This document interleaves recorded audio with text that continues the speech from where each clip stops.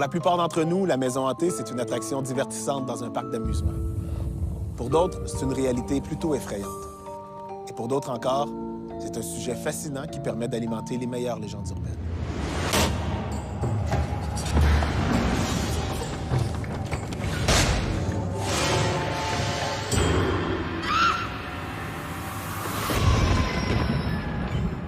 Le sanatorium de Waverly Hills au Kentucky est reconnu comme étant un des lieux les plus hantés au monde. Au début du 20e siècle, on y traitait les gens atteints de tuberculose, qui était une des maladies les plus mortelles de l'époque. On raconte que 63 000 personnes sont mortes dans cet établissement. On dit aussi que plusieurs patients ont servi de cobayes à des expériences médicales étranges, comme la thoracoplastie, qui consistait à scier les côtes pour permettre aux poumons de se dilater. Seulement 5 % des patients survivaient à ces opérations. C'est du moins ce qu'on prétend. On prétend aussi que les autres, ceux qui en mouraient, ne quittaient pas les lieux pour autant. On raconte en effet que les âmes perturbées des gens qui ont vécu d'atroces souffrances hantent toujours le sanatorium. Et un promoteur immobilier a appris à ses dépens que les légendes entourant ce lieu n'en étaient peut-être pas finalement. Le site était abandonné depuis plusieurs décennies quand il a mis la main dessus pour une somme ridicule. Il comptait faire un énorme profit en le revendant. Et comme le triste passé de Waverly Hills remontait aux années 40, le promoteur se disait que toutes ces histoires d'opérations macabres et de maladies contagieuses n'allaient pas décourager les clients potentiels. Il a donc organisé une visite des lieux avec un homme d'affaires très intéressé à acquérir l'édifice pour le transformer en complexe hôtelier.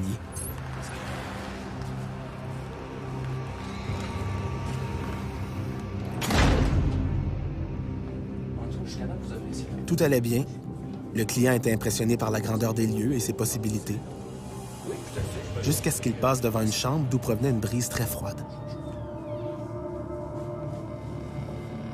La fenêtre de la pièce était grande ouverte et de la neige recouvrait même le sol. Le promoteur a fermé la fenêtre.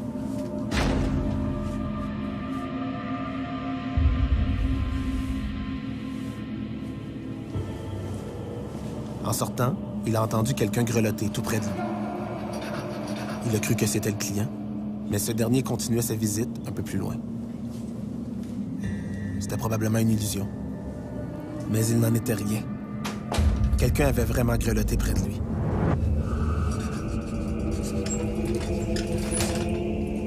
Le promoteur ne savait tout simplement pas qu'à l'époque, l'un des traitements fort controversés de la tuberculose consistait à exposer les patients à l'air glacial. Et il n'est pas rare qu'on en retrouvait complètement gelé, recouvert de neige.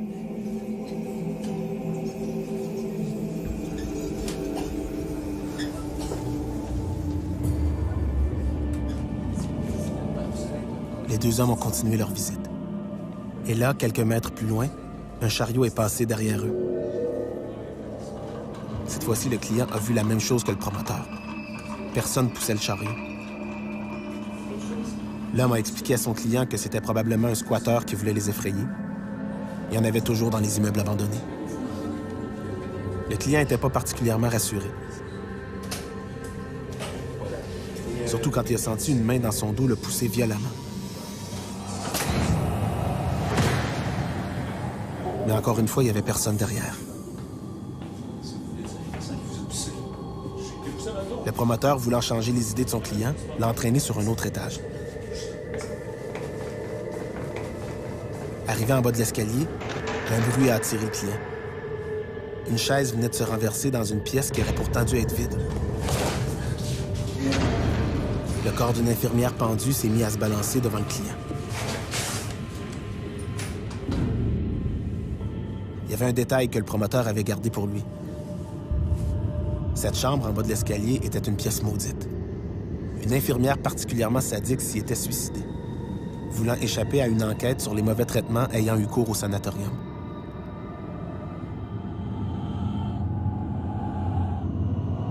La vision d'horreur du client n'a duré que quelques secondes. Mais il en avait assez enduré pour la journée. Il a mis fin à la visite sur le champ. D'ailleurs, cette expérience a mis fin à toutes les visites. Aucun autre acheteur ne s'est présenté pour acheter ce lieu hanté. Depuis, le promoteur a fait faillite. Il ne lui reste plus que le sanatorium, qu'il squatte avec les anciens pensionnaires et employés. L'endroit qui a été réputé le plus hanté du monde pendant des années, c'est le presbytère de Borley, en Angleterre. Il y avait une religieuse. Je me rappelle pas si elle s'était enfuie avec un moine, mais elle a fait quelque chose de pas correct. Elle avait été emmurée, je crois, dans l'église tout près, ou même enterrée sur le terrain. Bref, elle en avait arraché, la pauvre vieille, là. Et on voyait à l'occasion son fantôme, tout ça. Et le presbytère de Borley, moi, à ma connaissance, a toujours été l'endroit le plus réputé, le plus hanté. Par contre, actuellement, il est détruit parce qu'il était incendié à un moment donné et ils ont rasé ce qui restait, là. Alors, c'est possible qu'un autre prenne la relève. Les sanatoriums et les hôpitaux sont des lieux où il y a beaucoup de souffrance, où il y a beaucoup de morts qui surviennent. C'est des lieux qui sont chargés de la peine non seulement des mourants, mais de leurs familles. Ajouter à ça des archétypes très connus comme le médecin fou ou l'infirmière sadique, par exemple, et la table est mise pour un lieu hanté à souhait. Par ailleurs, on ne s'étonne pas que certaines personnes décédées reviennent hanter les vivants, surtout dans le cadre d'un sanatorium, par exemple, parce que souvent les traitements pour la tuberculose étaient proprement médiévaux. Les lobotomies également qu'on pratiquait à l'époque étaient des interventions qui s'apparentaient presque à de la boucherie. Une des interventions qui a été le plus pratiquée était la lobotomie transorbitale. Alors, on prenait un pic à glace, on l'insérait dans l'orbite du patient, on frappait avec un maillet pour sectionner certains conduits nerveux. Il y en a plus de 100 000 qui ont été pratiqués pendant une période de 10 ans, aux États-Unis seulement. Bien, on en a parlé à un moment donné, ça a été d'ailleurs dans le journal Le Soleil, qu'à l'Enfant Jésus, à Québec, un hôpital de Québec, il y avait une chambre où une dame blanche était vue. Il y a différents malades qui l'avaient vu, différents patients. C'était sur un même étage, dans un même département. C'était très, très localisé. Et je crois même que dans le garde-robe, les supports avaient brassé, par exemple, des choses comme ça. Et quelques légères manifestations qui annonçaient rien, là. La personne dans le lit qu'il voyait ne mourait pas nécessairement. Il n'y avait pas de catastrophe au bout de cette histoire-là. Et je crois qu'ils ont fait bénir ou quelque chose comme ça, mais ça s'est arrêté. Le phénomène est supposément terminé, là. Ça m'a fait penser à un cas, moi, le cas du musée du Château-Ramsay. Une histoire étrange parce que au musée du Château-Ramsay, ce serait l'ancienne gardienne du musée, Miss O'Dowd, qui entrait les lieux. Et dans la cuisine d'aujourd'hui, la cuisine du musée du Château-Ramsay, où les employés vont manger, longtemps, il y a eu des odeurs, un genre d'odeur d'ammoniac ou de soufre. Et ils ont lavé le frigo. Ils pensaient que c'était quelque chose qui avait pu pourrir dans le frigo. Ils ont lavé le frigo, ils ont ouvert le moteur, ils ont fait venir des techniciens pour essayer de voir s'il y avait un gaz quelconque qui émanait du moteur du frigo. Il n'y avait rien à faire. Et à un moment donné, les gens ont traversé, sont allés de l'autre côté. Et l'autre côté, c'était la chambre où Miss O'Dowd dormait quand elle demeurait au musée. Parfois, elle demeurait sur place et elle demeurait sur place. Et ils ont réalisé que la fameuse odeur de soufre était aussi de ce côté-là. Et ce qu'ils en ont conclu, finalement, que c'était peut-être la présence de Miss O'Dowd, parce que les spécialistes en fantômes disent souvent qu'une entité qui va passer près de vous, parfois, va laisser derrière elle une odeur de soufre. La chambre 502 du Waverly Hills serait particulièrement hantée. Il y a une des infirmières qui aurait étranglé un poupon, l'aurait jeté dans un puits, après quoi elle se serait pendue. Les visiteurs s'attardent particulièrement à la chambre 502, qui leur offre des sensations beaucoup plus variées que les autres chambres. Des frissons, des sons étranges. Cette chambre-là exerce une fascination vraiment particulière. Le psychologue Richard Wiseman, qui est un psychologue britannique, s'est penché beaucoup sur les impressions d'existence de phénomènes de maisons hantées ou de phénomènes de médiumnité ou des phénomènes de ce genre-là. Une des expériences qui a été réalisée, c'était qu'on plaçait des gens dans un cercle puis on leur faisait croire qu'il y a des objets qui bougeaient. Puis après la séance, même si les objets n'avaient pas bougé en réalité, les personnes disaient qu'ils avaient vu les objets bouger. Donc, juste par le pouvoir de la suggestion, juste en suggérant des phénomènes, en croyant qu'un phénomène peut arriver, on peut l'observer même si ce phénomène-là n'a pas lieu en général. Votre cas aux États-Unis me rappelle un autre cas dont j'ai entendu parler qui est assez fascinant. C'est l'histoire d'une dame qui avait un manoir. Je me souviens pas du nom de la dame, là, mais et elle disait à qui voulait l'entendre que son manoir était hanté. La dame était très âgée. À un moment donné, elle a décidé de vendre le manoir. Elle avertissait les gens qui venaient visiter. Mon manoir est hanté, mais c'est des bons gentils fantômes. Ne vous inquiétez pas. Il y a des gens qui ont décidé d'acheter le manoir. Quand elle leur a dit ça, ils ont éclaté de rire. Ils ont acheté le manoir. Quelques semaines après, les portes se sont mises à claquer, les fenêtres à fermer, et ils ne disaient même pas ça du tout. Donc, ils ont poursuivi la dame pour être remboursés, et la dame a dit, écoutez, je vous l'avais dit.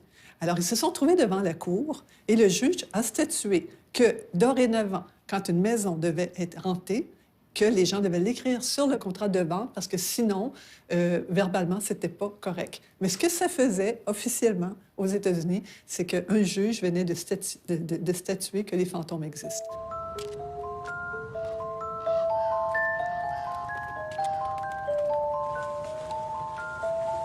Tu sais qu'il n'y a pas juste les sanatoriums pour abriter des fantômes. Hein? Il y a aussi des manoirs de riches héritiers.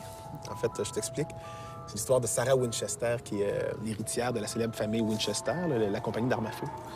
Elle a eu une vie assez tragique. En fait, sa fille est morte très jeune, puis quelques années plus tard, son mari est décédé aussi. Là, elle était convaincue que la malédiction s'abattait sur elle, tu sais. Fait qu'elle est allée consulter un médium. Sauf que le médium lui a donné un conseil assez étonnant. Il a demandé de bâtir une maison qui pourrait abriter tous ces fantômes qui s'acharnaient sur elle. Et il a expliqué aussi que les fantômes, en fait, c'était les âmes des personnes décédées à cause des armes à feu de la compagnie Winchester. Alors, elle l'a fait. Elle s'est mise au travail tout de suite.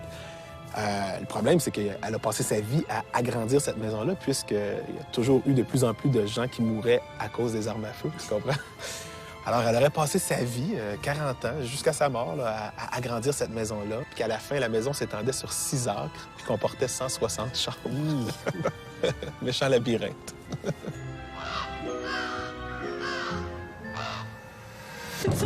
Après la pause, une auberge qui n'apparaît sur aucune carte touristique.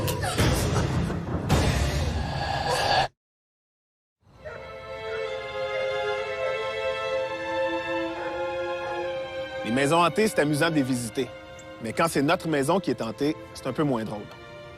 Comme ce qui est arrivé à cette propriétaire qui voyait le visage d'une femme se former sur une des tuiles du comptoir de sa cuisine. Elle avait beau laver et laver encore, le visage réapparaissait toujours, comme s'il venait de l'intérieur de la tuile d'ardoise. Elle a donc décidé de prendre les grands moyens. Elle a recouvert son comptoir de ciment. Non seulement le visage est réapparu, mais d'autres visages ont commencé à se former à travers le plancher de la cuisine. Un éminent parapsychologue a été appelé sur les lieux pour mener une enquête, mais aucune analyse a pu déterminer la cause des apparitions. La rumeur veut qu'on ait creusé le sol et qu'on ait découvert quelques ossements. En effet, la maison avait été bâtie sur l'emplacement d'un vieux cimetière datant du 11e siècle. Alors, la maison Visage, ce n'est pas une légende urbaine, parce qu'elle a vraiment existé. C'est à Cordoue, tout près de Cordoue, en Espagne, en tout cas. Et c'est une dame qui, effectivement, un beau jour, passe tout simplement son balai, puis là, elle voit une forme qui commence à se faire sur le plancher. Et là, ça devient un visage, mais ça devient un visage clair, là. Parfois, on peut parler de Rorschach, d'une tache d'encre qu'on associe à un visage, mais les visages qui sont formés étaient quand même assez clairs. Et on dit qu'il y aurait eu un cimetière en dessous. Mon problème, c'est que comme un cimetière, c'est pas juste un pâté de maison. Les autres maisons autour n'ont jamais eu ce phénomène-là. Donc, était-tu sur une tombe en particulier ou sur quelque chose qui créait le phénomène? Bref, l'histoire du cimetière, supposément en dessous, explique pas grand-chose parce que tout le monde aurait été infecté dans le coin de maison. Les hôtels hantés de par le monde, il y en a des centaines. Il y en a même des célèbres au Canada. Par exemple, on dit que l'auberge Bala Bala Inn de Muskoka, en Ontario, serait hantée par son fondateur, qui allume la télé de la chambre 319 à toute heure du jour et de la nuit. Quant au Fairmont Royal de Vancouver, il serait hanté par l'esprit d'une de leurs clientes régulières, maintenant décédée, Jenny Pearl Cox, qu'on appelle la Dame en Rouge. Elle apparaît parfois au bout du lit qu'elle occupait autrefois, assurant un réveil horrifiant aux clients. Un séjour qui donne tout aussi froid dans le dos attend les 2 femmes de notre prochaine légende. Il paraît qu'il y a des endroits qu'on trouverait seulement après avoir pris le mauvais chemin. Des endroits qui apparaissent sur aucune carte. Des endroits d'où on reviendrait jamais. Du moins, si on s'en échappe, on serait plus tout à fait la même personne au retour.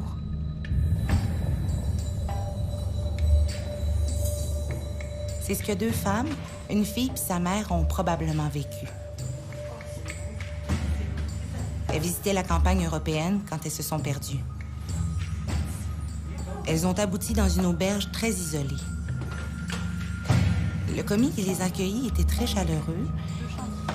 Puis il y avait juste elle comme cliente pendant cette période-là, alors il allait pouvoir leur être totalement dévoué. Il leur a fait signer le registre, leur a remis les clés, en leur promettant un séjour inoubliable dans cette contrée isolée. Il pouvait même les guider au village s'il voulait.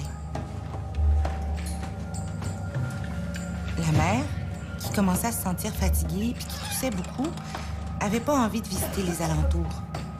Elle allait plutôt se reposer. Un peu plus tard dans la journée, la fille a constaté que sa mère était vraiment mal en point. Elle faisait de la fièvre puis elle avait du mal à respirer.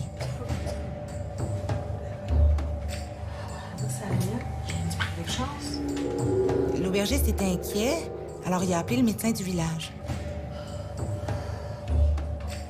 Il lui a décrit les symptômes de la femme. Le médecin lui a dit qu'elle devait prendre un médicament puis que c'était urgent. La pharmacie la plus proche était à 10 km de là.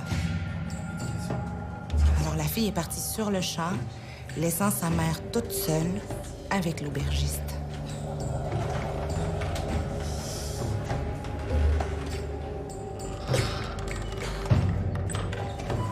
Une heure plus tard, elle revient à l'hôtel avec le médicament. En entrant, elle sent que quelque chose n'est pas normal. L'atmosphère est lourde. Elle est frappée par l'attitude du commis. Il est très distant, comme s'il ne la reconnaissait pas. Elle demande la clé de la chambre de sa mère, mais le commis la regarde sans comprendre. Elle répète « La clé de la chambre de ma mère, s'il vous plaît. J'y apporte ses médicaments. » Elle prend le registre pour lui indiquer qui elle est, mais toutes les signatures ont disparu. Le commis lui répond qu'aucune femme malade habite ici, qu'aucun client est venu depuis des années. Paniquée, elle arrache la clé au mur puis elle monte les escaliers en vitesse pour rejoindre sa mère. Arrivée devant la porte de la chambre, elle constate qu'il n'y a plus de serrure. Elle ouvre en s'attendant au pire, mais elle n'aurait pas pu prévoir ce qui l'attendait. Non seulement sa mère était plus dans son lit, mais la pièce était complètement changée. Du rose était passé au bleu. Puis de toute évidence, personne n'y avait mis les pieds depuis longtemps. Elle redescend en panique. Elle essaie de sortir, mais la poignée tourne pas. Le commis derrière elle dit « Vous ne sortirez jamais d'ici. » En effet, la fille avait basculé dans une autre dimension. Dans un monde parallèle où ce voyage-là, avec sa mère, avait jamais eu lieu.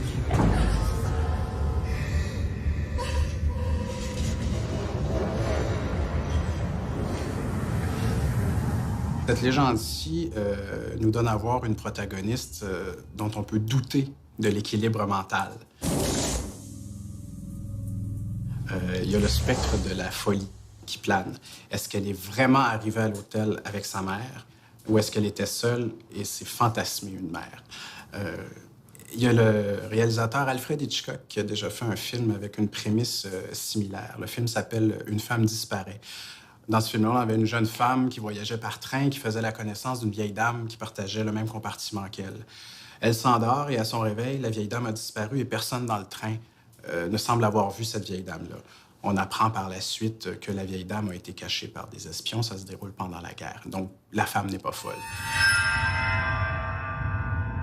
Si on parle de disparition de personnes comme ça, oubliez ça. Là. Dans les maisons hantées, les gens ne disparaissent pas, encore bien moins 2 personnes, entre autres, qui peuvent plus sortir d'un endroit. C'est parce qu'à un moment donné, il y a quelqu'un qui fait des recherches. Là. Comment ça se fait qu'il y a des gens qui devaient aller dans cette auberge-là et qui ne sont jamais ressortis? Mais où on parle d'un tueur en série, peut-être. C'est peut-être plus facile de penser à ça que de penser paranormal. Parce qu'au niveau des disparitions, même les objets, j'ai de la difficulté à parler de disparition d'objets dans des lieux hantés. Ça va se déplacer beaucoup plus, on observe ça.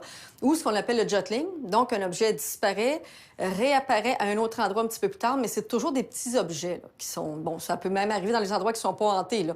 On laisse les clés sur le bureau, on est certain de notre affaire, hop, on les retrouve...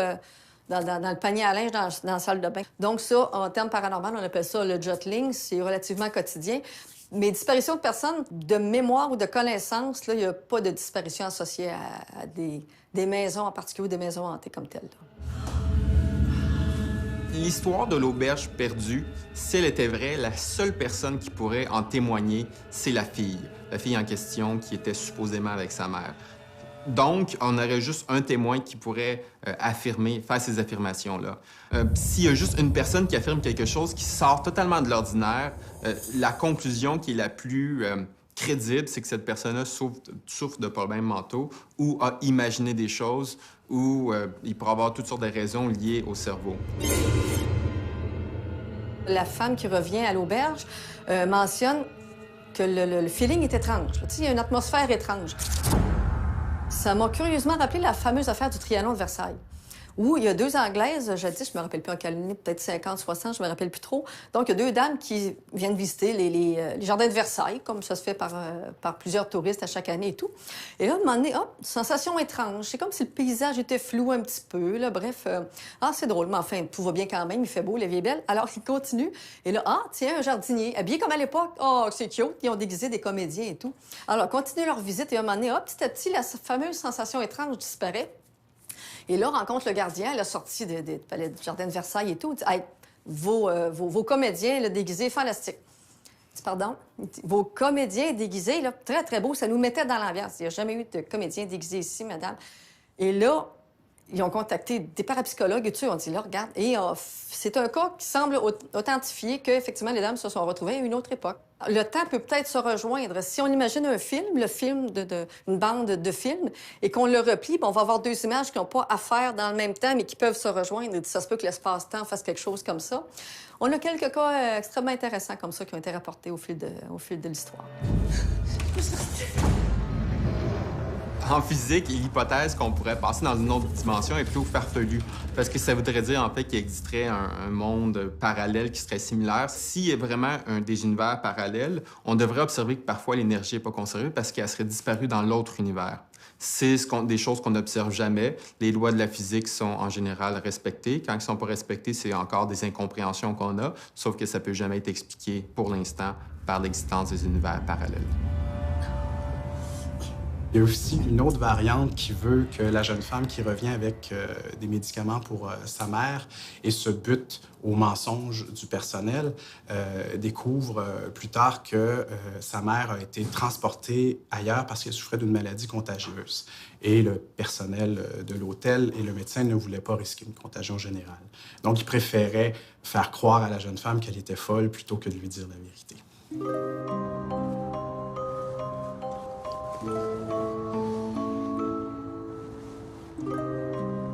En Estrie, au début des années 80, il existait une auberge hantée. Ah ouais? Hein? Tu sais, des portes barrées qui sont tout seules, des bruits de pas qu'on entend quand il n'y a personne. Ah ouais? Ouais, des murmures qui viennent de la cave. Le fantôme qui hantait l'auberge, c'était celui d'une dénommée Charlotte. OK. Dans les années 1900, il y avait une ferme, puis c'était Charlotte qui était la propriétaire. OK. Puis elle vivait avec son fils. Son fils, il l'a assassiné à coups de hache. La ferme a brûlé. Le terrain est resté abandonné pendant une couple d'années. Puis après ça, ils ont construit l'auberge. C'est là que la Charlotte a recommencé à venir faire son petit tour de temps en temps. Il y a plusieurs clients qui jurent l'avoir entendu pleurer, puis même avoir aperçu une silhouette de femme ensanglantée dans les couloirs. Ah ouais. Mais la Charlotte est restée pas mal tranquille depuis une vingtaine d'années parce que en 1988, les propriétaires ils ont engagé un médium du lac Brome pour s'en débarrasser. Il faut croire que ça a marché parce que la Charlotte est pas mal discrète depuis ce temps-là. En tout cas, c'est ce que les propriétaires disent à leurs clients. Au retour de la pause, une mélodie envoûtante.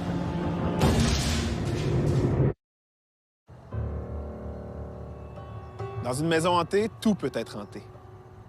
Les murs qui résonnent, les portes qui claquent, ou un tableau qui vous observe. Mais un piano, est-ce que ça peut être hanté? C'est du moins ce que prétend notre prochaine légende. Ça se serait passé à Londres, et une certaine Rosemary Brown aurait été la victime de cette hantise bien particulière. Une jeune femme voulait apprendre le piano. D'ailleurs, enfant, elle rêvait souvent qu'elle faisait des grands concerts classiques. Elle était très mauvaise musicienne, mais elle avait consacré la totalité de son premier chèque de paye à l'achat d'un piano qu'elle avait installé dans son salon, puis auquel elle n'avait jamais osé toucher.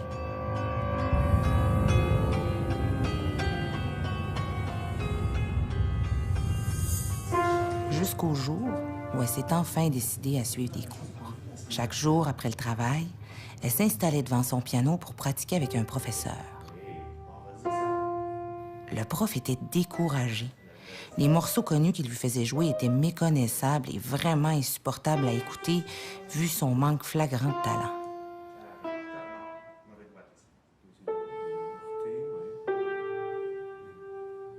Un jour, le professeur a décidé de mettre fin au cours. Il se sentait mal parce qu'il voyait bien que la jeune femme voulait apprendre, mais elle n'arrivait même pas à saisir les gammes de base. Les leçons menaient nulle part. Ils perdaient leur temps tous les deux. Il était sur le point de quitter la maison quand elle s'est mise à jouer un morceau classique à la perfection. Le professeur a reconnu une œuvre célèbre composée 100 ans plus tôt par un virtuose autrichien, Franz Liszt. En revenant sur ses pas, il a découvert son élève complètement absorbé qui frappait frénétiquement les touches, maîtrisant parfaitement la partition. Subitement, comme si elle se réveillait, elle a arrêté de jouer. Le professeur lui a demandé pourquoi elle lui avait caché ce talent-là. Elle n'en avait aucune idée. Le lendemain, le professeur découvre son élève penché au-dessus d'une partition très complexe de Franz Liszt. Elle, qui connaissait pratiquement rien à la musique quelques jours plus tôt, était en train de corriger une portée comme seul le grand compositeur aurait pu le faire. Le professeur est estomaqué. Soudainement, la fille arrête d'écrire. Elle sursaute même en voyant son professeur. Elle était trop concentrée, puis elle l'avait pas vu arriver. Il lui demande de jouer comme la veille. Il tient à l'enregistrer. La fille s'installe, mais elle bloque. Elle a perdu tous ses moyens. Son jeu est médiocre, comme au début. Elle se fâche, elle lance les partitions. Elle n'a plus jamais voulu jouer devant son professeur. Le professeur, lui, trop intrigué par le talent momentané de son élève, a examiné les partitions. Il les a même fait authentifier. Elles étaient bel et bien signées par le grand maître Franz Liszt lui-même. Le prof a fini par comprendre que le célèbre compositeur avait jamais cessé de jouer, même de l'au-delà. Il s'agit de l'histoire de Rosemary Brown. C'était une médium, une prétendue médium en fait, qui disait qu'il avait des contacts avec des pianistes comme Liszt, des compositeurs comme Liszt, Beethoven, etc., etc. Et supposément, ces auteurs-là venaient lui dicter des pièces. Quand elle a commencé à faire ça, elle était âgée d'environ de 50 ans, en fait. Elle avait dit initialement aux médias qu'elle n'avait jamais vraiment joué du piano avant. Finalement, il s'est avéré qu'elle avait déjà eu des cours de piano, qu'elle avait une formation en piano, qui fait en sorte que c'est encore plus difficile de croire en cette histoire-là. Surtout maintenant, de nos jours, où on peut avoir accès à des cours pratiquement sur Internet ou n'importe où. Pas obligé de sortir de chez vous maintenant pour perfectionner un certain art. Alors, toujours essayer d'investiguer, est-ce qu'elle a déjà entendu parler, par exemple, telle langue que maintenant elle a développée? Et puis on se rend compte que oui, dans l'entourage, quand elle était petite, oui, des cas de réincarnation parfois, justement. On dit, ah, mon Dieu, elle parle telle langue, mais elle parle l'irlandais, oui, mais quand elle était jeune, on se rend compte qu'elle avait une nourrice irlandaise. Bon, bien là, j'ai bien appris quelques mots à ce moment-là. Et souvent, c'est ça, c'est des gens qui, bon, elle était pianiste, la personne. C'est-à-dire qu'elle avait un piano. Donc, tu pratiques. Veux pas demander, t'acquiers une certaine dextérité, on l'espère, là. Donc, la théorie, c'est peut-être plutôt une espèce de passion pour un auteur ou un compositeur qui fait que, tiens, on se laisse inspirer, puis là, on ressent l'inspiration, puis on l'attribue peut-être à cette personne-là parce qu'on joue du même style, parce qu'on l'adore, cette personne-là. Il y a eu diverses réactions aux affirmations de Rosemary Brown et face à ses compositions aussi. Certains disaient que c'était presque impossible qu'une personne de son expérience puisse faire ce genre de composition-là. D'autres disaient que c'était relativement banal et quelqu'un qui avait le moindrement d'expérience pouvait faire la même chose. Donc, ça a été très controversé. Cependant, ce qu'il faut réaliser, c'est que jamais il y a eu de composition qui a été magistrale. Alors que les entités comme Liszt et Beethoven, s'ils sont vraiment dans l'au-delà, ils devraient avoir le pouvoir de composer des compositions qui seraient grandioses, comme jamais on a entendu. Une des particularités de Liszt, c'était sa manière de jouer. Il avait un frappé très violent sur les touches du piano. Si bien que des années plus tard, lors d'un concert amateur, un jeune homme qui jouait à la manière de Liszt, c'est-à-dire qui frappait de façon très violente sur les touches du piano, a vu le couvercle du piano se refermer tout seul. Et les gens qui étaient présents ont vu là un signe que le compositeur était parmi eux. Une anecdote par rapport à Rosemary Brown, c'est plusieurs années après la mort de John Lennon, celui-ci l'aurait contacté pour lui donner une nouvelle pièce musicale de son cru. Cependant, cette pièce musicale-là a été critiquée. En fait, certains ont dit que c'était la pire œuvre de John Lennon, si jamais c'était vraiment lui qui l'avait inspiré. Donc, ceci, c'est un autre indice que probablement que Rosemary Brown était simplement un humain totalement normal, qui n'avait aucun pouvoir et qui faisait seulement semblant de contacter des entités.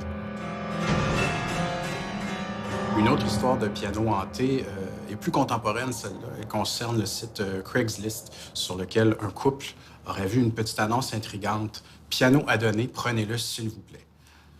Ne se posant pas plus de questions, le couple a accepté de prendre le piano chez eux. Et sitôt que le piano a été installé dans la maison, ils se sont mis à ressentir des symptômes désagréables, de la nausée, des maux de ventre, douleurs physiques assez fortes.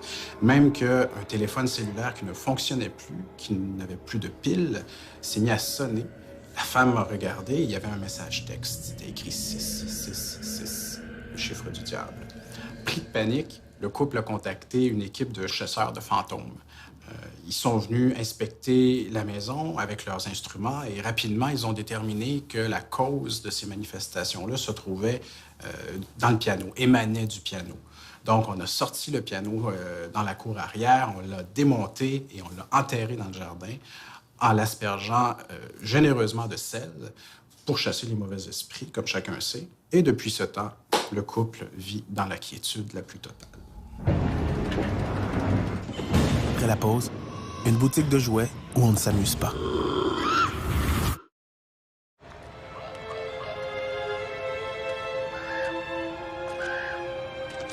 Il n'y a rien comme un bon film d'horreur pour nourrir la machine à rumeurs. Et les films qui ont le plus contribué à alimenter le dictionnaire des légendes urbaines sont probablement ceux de la série Poltergeist. Quelques jours après la sortie du premier film, l'actrice Dominique Doon, une des héroïnes, est étranglée en pleine rue par son fiancé. En 1985, peu après la fin du deuxième volet, Julian Beck, l'acteur qui incarnait le pasteur diabolique, meurt d'un cancer. Et avant que commence le tournage du troisième film, Will Sampson, qui jouait le sorcier indien, meurt des suites d'une opération. Finalement, au cours du tournage de Poltergeist 3, en 1987, la jeune actrice qui jouait Carol Ann est atteinte d'une étrange maladie. Elle en mourra en 1988, à l'âge de 13 ans. Il est vrai que toutes ces personnes ont connu des fins tragiques. L'histoire de Poltergeist est rigoureusement exacte. Ceci dit, la plupart des films à connotation surnaturelle ou démoniaque ne donnent pas lieu à des événements aussi tragiques. Si on pense à Mia Farrow, qui a interprété le rôle-titre dans le film Le bébé de Rosemary, ben Mia Farrow n'a jamais été victime de fausses couches et à ce qu'on sache, elle n'a jamais été engrossée par le diable non plus. Alors, si on parle de films dans lesquels on peut observer du paranormal, mais qui n'étaient pourtant pas reliés du tout à ce sujet-là, il y a 3 hommes et un bébé, la version américaine, avec Tom Selleck. Et pendant une des scènes, et personne sur le plateau, ni les acteurs, ni les caméramans, personne ne s'est aperçu de ça. Ça a été non seulement au montage, mais je pense même au visionnement complètement du film. On voit dans un mur du fond, au fond, bon, il y a une fenêtre et il y a un rideau, et on voit un petit garçon. Il bouge pas, il regarde tout simplement. Mais il est vraiment clair. C'est pas on verrait la silhouette d'un petit garçon. Il y a carrément un petit garçon qui est là. Et ce qu'on rapporte, c'est que cette maison-là a été louée pour les fins du film. Et la dame avait perdu un petit garçon de cet âge-là qui ressemblait carrément à ça. Et personne ne s'en est aperçu au moment où ça s'est produit. Ça, c'est un cas extrêmement intéressant parce que le film n'était pas dédié à ça. Quand on parle d'un film dédié au paranormal, à l'étrange, au mystère, ben là, on va chercher 20 ans plus tard, l'acteur est mort. Je trouve ça un peu loin, là, tu sais. Un autre excellent sujet de film, ce sont les jouets maléfiques. On se souvient tous de Chucky, la poupée possédée par l'esprit d'un tueur en série. C'était pas très rassurant. Eh bien, ce qui se passe dans le magasin de jouets de notre prochaine légende a rien de très rassurant non plus. C'était un magasin de jouets antique, quelque part en Californie. Le propriétaire y travaillait seul depuis toujours. Il n'y avait pas le choix. Premièrement, il n'y avait pas assez d'achalandage dans la boutique pour justifier de l'aide. Et deuxièmement, ça risquerait de nuire à la réputation de l'endroit si des employés divulguaient ce qui s'y passait.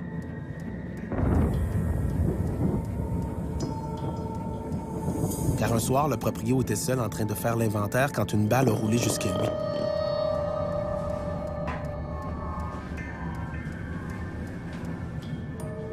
Il l'a mis de côté et a continué son travail, en restant à l'affût. Un plaisantin était peut-être resté caché dans le magasin. Une autre balle est apparue, suivie de plusieurs autres qui dévalaient l'allée. Celui qui les lançait s'est finalement montré. Un homme d'une vingtaine d'années se tenait devant l'entrée de la cave. Une hache dégoulinante de sang pendant le long de son corps. Il s'est mystérieusement volatilisé. Le proprio croyait avoir rêvé, mais une balle tachée de sang était restée au sol, là où se tenait le jeune homme quelques secondes avant. Le proprio a consulté une médium, qui lui a confirmé que cet homme existait réellement. Il s'agissait en fait du fantôme d'un employé, nommé Johnson, qui travaillait sur le site même du magasin en 1880. À l'époque, c'était un ranch appartenant à la famille Murphy, l'une des familles les plus riches de la côte ouest des États-Unis. Le jeune homme, amoureux de la fille du clan Murphy, avait été mis à la porte sans explication. Quelques jours plus tard, il a été retrouvé mort, le crâne ouvert à coups de hache.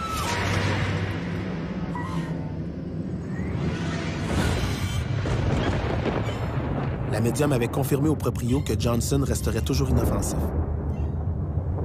Il ne voulait pas de mal à personne. Et les manifestations resteraient toujours très enfantines. C'est ce qui a convaincu le propriétaire, à l'approche de Noël, d'engager une employée pour l'aider quelques heures. Lui avancerait sa comptabilité dans l'arrière-boutique pendant qu'elle ferait l'inventaire.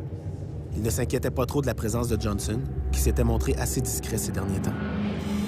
Mais après la pause, on découvrira que le fantôme, lui, avait un autre plan derrière la tête.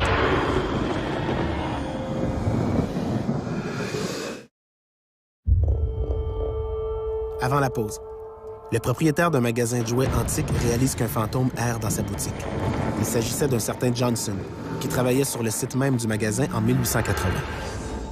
À l'époque, c'était un ranch appartenant à la famille Murphy, l'une des familles les plus riches de la côte ouest américaine. Le jeune homme, amoureux de la fille du clan Murphy, a été retrouvé assassiné à coups de hache. Depuis, son fantôme errait sur les lieux. Ses manifestations resteraient toujours discrètes et inoffensives, du moins pour un temps. Car l'employé engagé pour faire l'inventaire a eu toute une frousse. Elle était seule en train de classer des jouets et tout était silencieux. Quand soudainement, un cheval à bascule s'est mis à bouger seul. La fille, inquiète, s'est lentement avancée pour l'arrêter. Mais ça ne servait à rien. Plusieurs jouets s'étaient activés, comme s'ils étaient possédés. L'employé, apeuré, s'est précipité vers l'arrière-boutique. Mais au bout de l'allée, Johnson l'attendait, une hache à la main. Car cette nuit-là, il n'avait aucune envie de rester caché. Il avait reconnu celle qu'il avait tant aimée il y a plus de 100 ans, la fille Murphy. Et il n'allait pas repartir sans l'amour de sa vie. Il l'avait déjà perdu une fois, quand le père Murphy l'avait décapité pour l'empêcher d'épouser sa fille unique. Mais la jeune employée n'était évidemment pas la fille Murphy. Mais elle lui ressemblait beaucoup. En fait, elle était son arrière-arrière-petite-fille.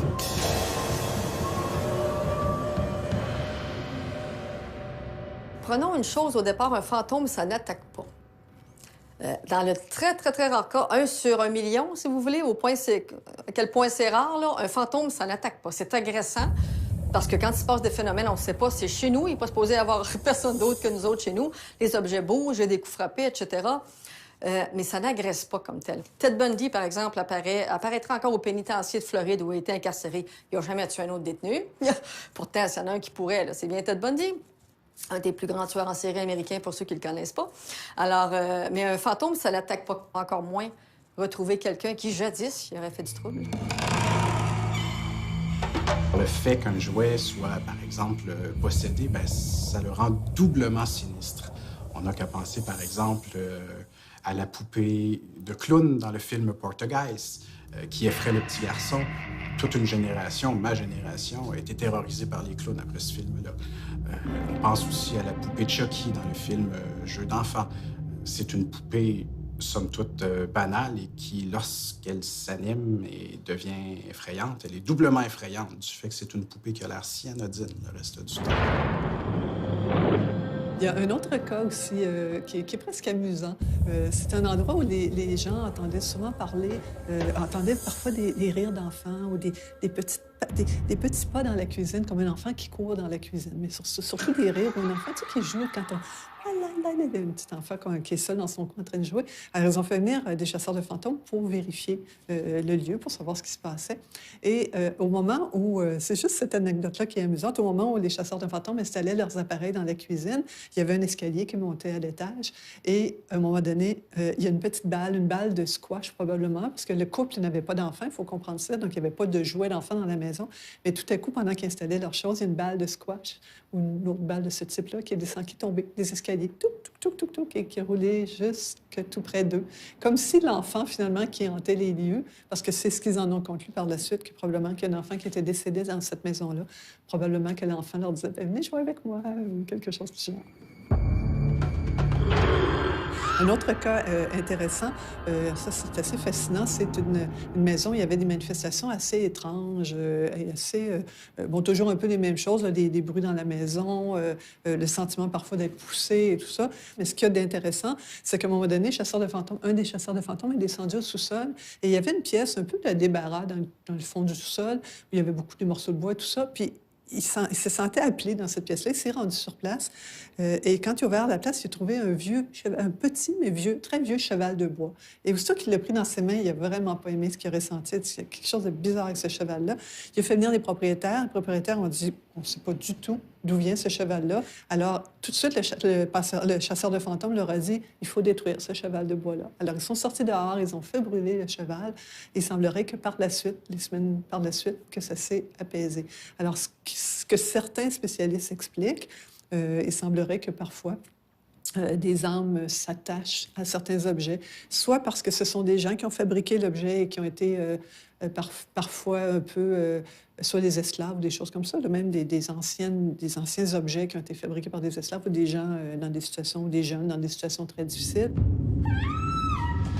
Un magasin comme dans l'histoire du magasin de jouets aurait intérêt, parfois, certains des magasins auraient intérêt parfois à faire croire qu'il existe des fantômes. Donc, ça attire l'attention, ça fait de la publicité, ce qui fait en sorte que ça peut attirer de la clientèle. Ça s'est déjà vu dans d'autres histoires où des maisons ou des lieux, on a fait croire qu'ils étaient hantés pour attirer l'attention, pour produire des films, pour faire des émissions.